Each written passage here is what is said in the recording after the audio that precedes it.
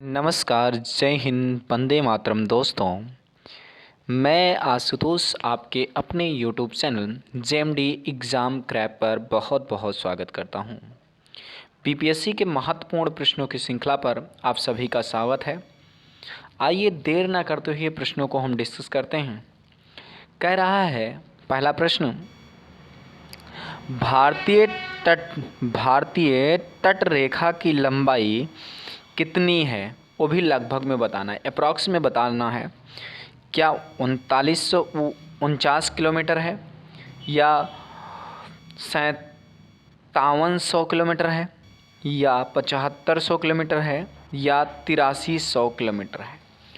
तो आप सभी लोग जानते हो तट का मतलब क्या होता है। देखिए, ये जो होता है ये वाला भाग, ये भारत का इस वाले भाग को हम तटीय भाग कहते हैं।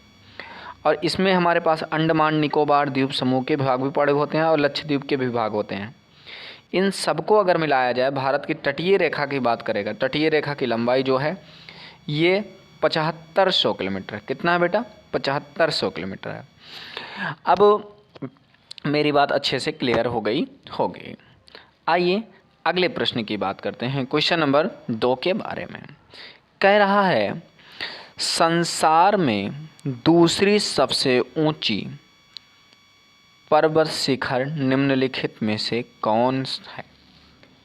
क्या धौलागिरी है, या कंचनजंगा है, या केटू है, या नंदा देवी है? तो अगर बात करेगा दूसरी सबसे ऊंची पर्वत श्रृंखला, तो उसे हम केटू कहते हैं। क्या कहते हैं? केटू। बात करते हैं केटू का अन्य नाम क्या है, तो अन्य नाम केटू का है गॉर्ड ऑस्टिन। क्या नाम है? Gord Austin. बात करते हैं ये किस का भाग है, तो ये ट्रांस हिमालय का भाग है। किसका भाग है? ट्रांस हिमालय का भाग है। और भारत में ट्रांस हिमालय 3 श्रेणियां पाई जाती हैं: काराकोरम, लद्दाख, जास्कर। काराकोरम, लद्दाख, जास्कर, जिसमें काराकोरम की सबसे ऊंची चोटी जो है ये कौन सी है? केटू, जिसे गॉर्ड ऑस्टिन कहते हैं, और ये विश्व की दूसरी सबसे चोटी है।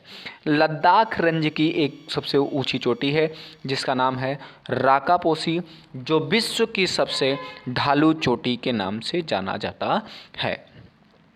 आइए क्वेश्चन नंबर 3 के बारे में जानने का प्रयास करते हैं, और क्या होता है इनके बारे में जानने का प्रयास करते हैं।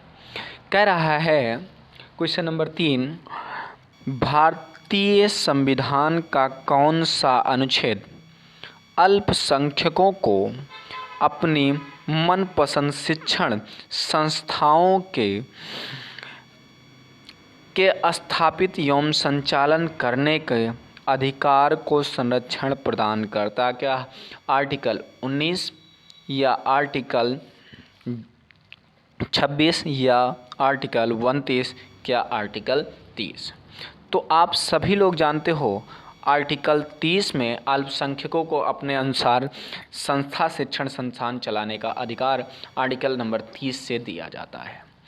अगर ये बात करूँगा, ये बात है 12 से ये किस भाग में वर्णित है, तो भाग नंबर 3 में इसका वर्णन है। किस में? भाग नंबर 3 में इसका वर्णन है। अगर बात करूंगा भाग 3 से कहाँ तक है, तो 12 से 35 तक है। 12 से 35 तक है। 12 से 35 है भाग नंबर 3। अब भाग में 1 क्या है? संघ एवं राज्य। भाग 2 में है नागरिकता। भाग 3 में क्या है? आप कमेंट करके हमें ज़रूर बताइए। ठीक है। आगे अगले ये है मौलिक अधिकार या मौलिक कर्तव्य। क्या है? आप हमें कर्तव्य करके बताइए। तो ये है मौलिक अधिकार। भाग नंबर 3 में मौलिक अधिकार है। आइए चलते हैं क्वेश्चन नंबर 4 के बारे में और समझने 4 और 5 के बारे में। कहते हैं खमीर उत्तम स्रोत है। क्या विटामिन ए का, विटामिन बी कॉम्प्लेक्स का, या विटामिन सी का, या विटामिन डी का? आप सभी लोग जानते हो जो खमीर है वो विटामिन बी का कॉम्प्लेक्स है। क्या है? विटामिन बी का ही खमीर उत्तम स्रोत है। अगर बात करते हैं विटामिन की खोज किसने की थी, तो फंक ने की थी। और विटामिन शब्द नाम किसने दिया था, तो लुलिन ने दिया था।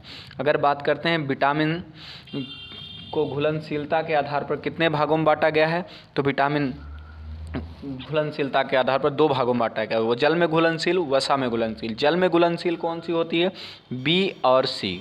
बी और सी जल में घुलनशील विटामिन है। कौन सी है, जल में घुलनशील विटामिन है।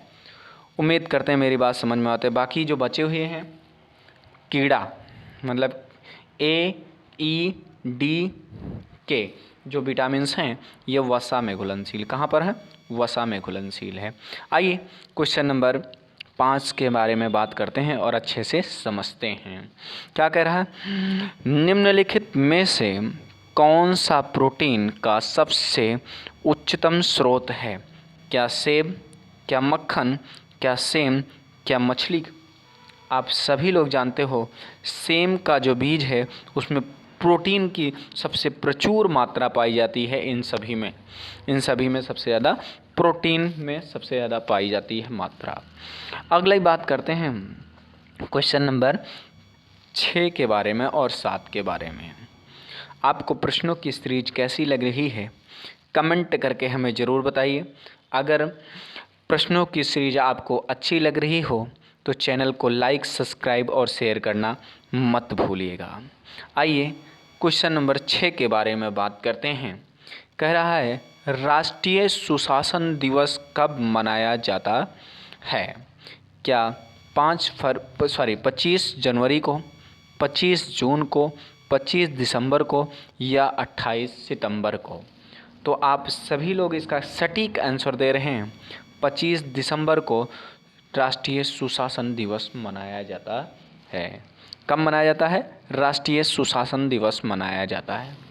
एक प्रश्न है स्वतंत्रता दिवस कब मनाया जाता है, तो 15 अगस्त को। कब मनाया जाता है, 15 अगस्त को स्वतंत्रता दिवस के रूप में मनाया जाता है। गणतंत्र दिवस कब मनाया जाता है, तो 26 जनवरी को मनाया जाता है।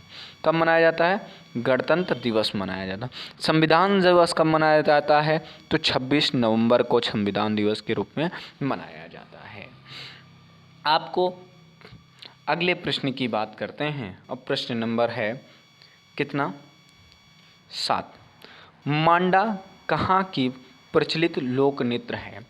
क्या राजस्थान का या हरियाणा का या गुजरात का या उत्तर प्रदेश का। तो आप सभी लोग जानते हो मांडा राजस्थान का नृत्य है। कहाँ का है, राजस्थान का नृत्य है। और आपको ये प्रश्नों की सीरीज कैसी लग रही है कमेंट करके हमें ज़रूर बताइए। अगर वीडियो पसंद आई हो तो चैनल को लाइक, सब्सक्राइब और शेयर करना मत भूलिएगा। मिलते हैं नेक्स्ट वीडियो में, तब तक के लिए जय हिंद, वंदे मातरम। दोस्तों अपना बहुत बहुत ख्याल रखिएगा।